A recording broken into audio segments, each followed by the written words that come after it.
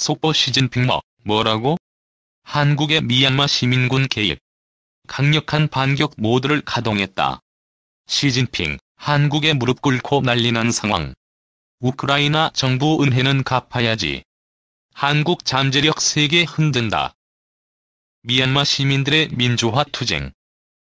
미얀마 군부 쿠데타가 발생한 지 2달이 지났다.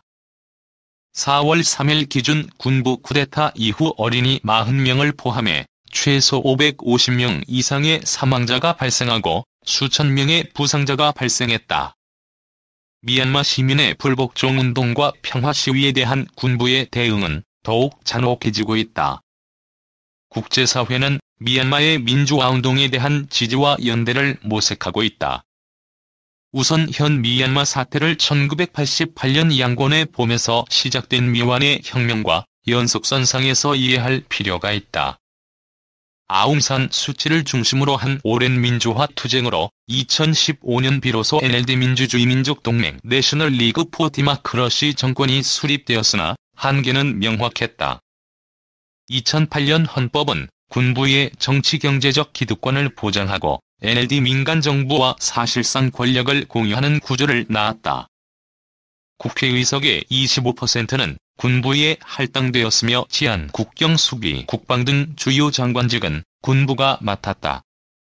이러한 불안정한 권력구조 속에 로힝야족에 대한 사실상의 인종청소가 자행되었고 개혁은 지체되었으며 아웅산 수치는 비난의 대상이 되었다. 지난해 실시한 총선에서 NLD가 압승했지만 군부는 부정선거를 이유로 헌법에 기초한 쿠데타를 전개했다.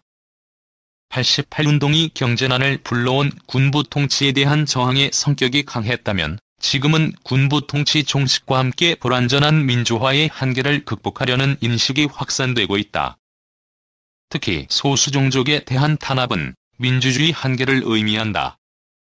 현재 소수종족 무장단체는 불복종 운동을 지지하는 한편 군부를 상대로 한 공동투쟁을 모색하고 있다. 식민 통치의 유산인 소수종족의 문제는 국가적 통합과 민주주의 이행에 큰 걸림돌로 작용했으며 군부는 권력 유지를 위해 이러한 소수종족의 문제를 이용해왔다. 이번 미얀마 민주화 항쟁 과정을 통해 소수종족들은 종족 간연대의 가능성을 모색하고 있다. 대중적 참여도 두드러진다. 88운동 이후 전개된 민주화운동이 아웅산 수치가 중심이었다면 현재는 특정 지도자나 조직이 주도하는 것이 아닌 시민의 자발적 참여와 집단 지성의 힘으로 불복종 운동이 전개되고 있다.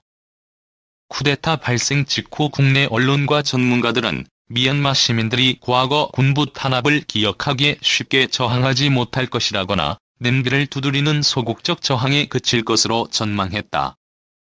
그러나 그들은 용감하게 거리로 나섰다. 88년 전단지에 의존하던 의사소통은 이제 SNS가 대체했다. 군부가 인터넷을 통제하고 있지만 우회 접속을 통해 미얀마 전 지역에서 발생하는 일들이 공유되고 해외의 실상이 전해지고 있다. 투쟁과 연대의 방식도 매우 다양해지고 있다. 군부는 더 이상 시민을 고립시키고 진실을 은폐시킬 수 없다. 미얀마 시민들의 분노는 민주화에 대한 강한 확신과 신념에 기반하고 있다.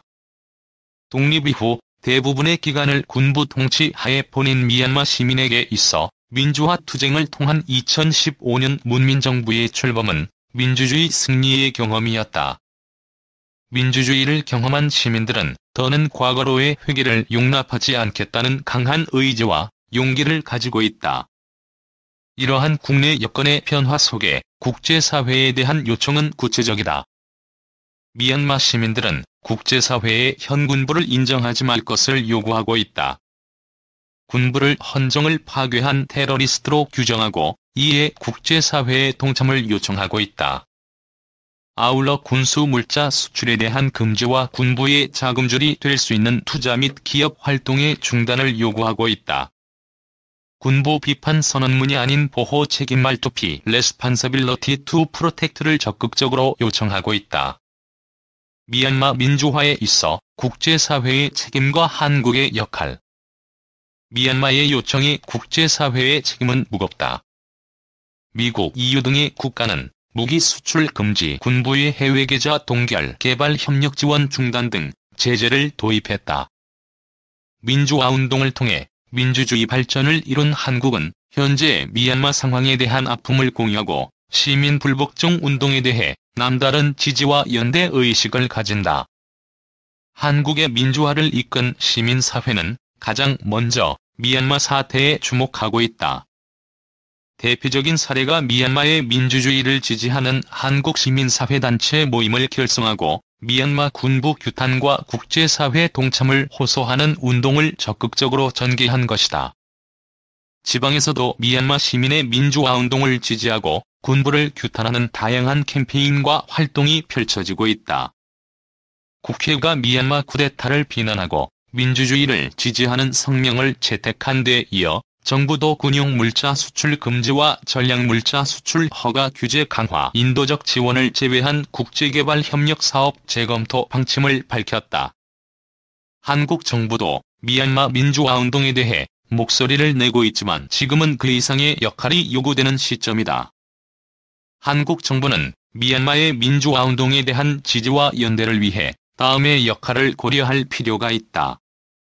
첫째, 미얀마 사태의 복잡성에 대한 이해를 바탕으로 실효성 있는 대응을 위해서는 시민사회, 연구자, 정부 등이 함께하는 정책연대체 구성을 주도할 필요가 있다.